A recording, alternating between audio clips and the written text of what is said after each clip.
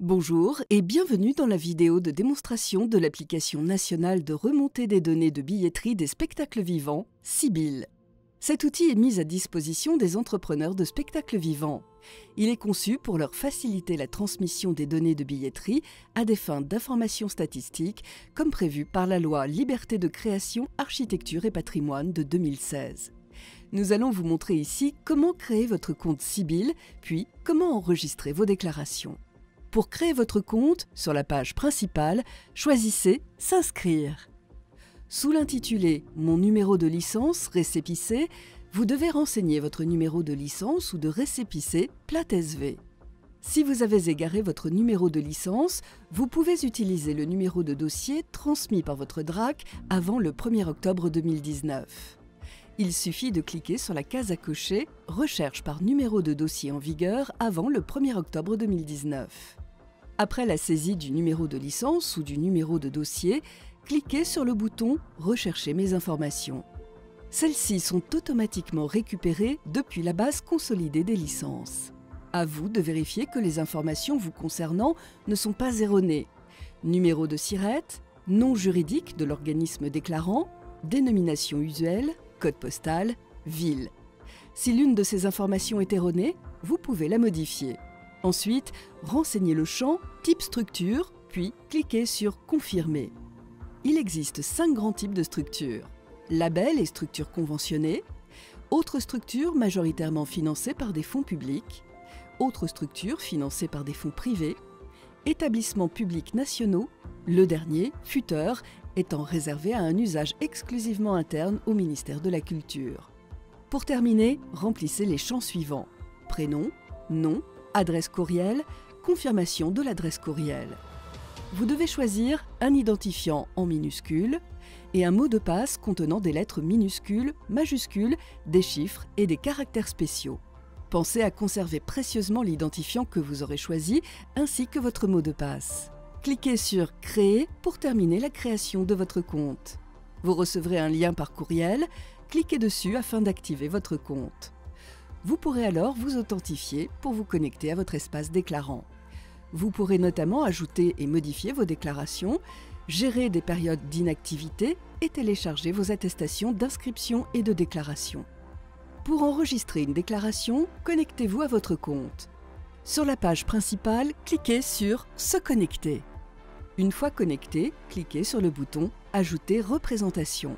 La première question permet de savoir si votre déclaration concerne un festival.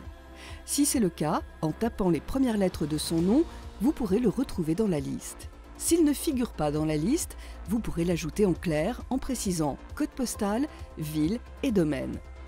La deuxième question permet de préciser si cette déclaration a mobilisé plusieurs gestionnaires de billetterie.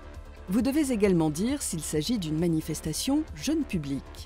Ensuite, vous devez choisir un spectacle. Retrouvez-le dans la liste en tapant son nom ou ajoutez-le en clair s'il n'y figure pas. Une fois le spectacle identifié, plusieurs rubriques sont proposées. Conception, distribution, auteur, compositeur, mise en scène, direction, artiste, organisme producteur, etc. Et bien sûr, le domaine du spectacle. Lorsque tous les champs obligatoires sont remplis, cliquez sur le bouton « Suivant » pour accéder aux questions concernant le lieu de l'événement. Là aussi, vous pouvez le sélectionner parmi une liste pré-remplie ou l'ajouter en clair en précisant adresse, code postal et ville et type de lieu. Cliquez de nouveau sur « Suivant ». Vous accédez aux questions portant sur la date de représentation. Si c'est une représentation unique, indiquez la date et l'heure. S'il s'agit d'une série de représentations, indiquez la date de début et la date de fin, ainsi que le nombre de représentations qui doit être supérieur à 1. En cliquant sur « Suivant », vous accédez au dernier écran de saisie. Ici, vous renseignez le nombre de billets émis et les recettes TTC générées. Vous devez noter le nombre total de billets émis et la recette TTC correspondante. Puis, ventilez ce nombre total de billets émis en précisant le nombre de billets plein tarif et la recette correspondante, le nombre de billets correspondant à des abonnements, des forfaits ou des adhésions, le nombre de billets exonérés ou gratuits.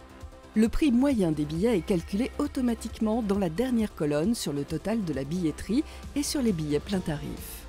Vous pouvez enregistrer votre déclaration au statut brouillon à tout moment sur chaque onglet si vous souhaitez finaliser votre déclaration ultérieurement. Pour finaliser votre déclaration, il suffit de cliquer sur « Enregistrer ». L'ensemble des informations que vous avez saisies sera alors conservé dans Sibyl.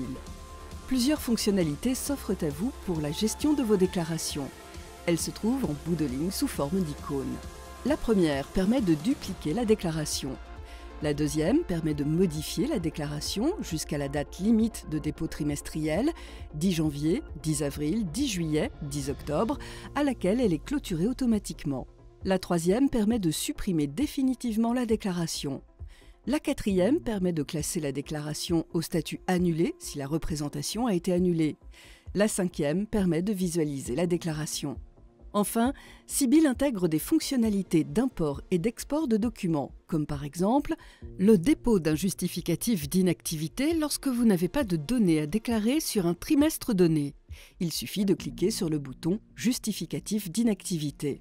Le dépôt d'un fichier CSV d'import en masse de vos données de déclaration en cliquant sur le bouton « Déposer fichier », l'export du détail de vos déclarations en cliquant sur la case à gauche de la colonne « ID », puis sur le bouton « Télécharger fichier ». Et enfin, l'export de votre attestation d'inscription ou de déclaration en cliquant sur le bouton « Télécharger attestation ». La démonstration est terminée. Rendez-vous sur Sibyl.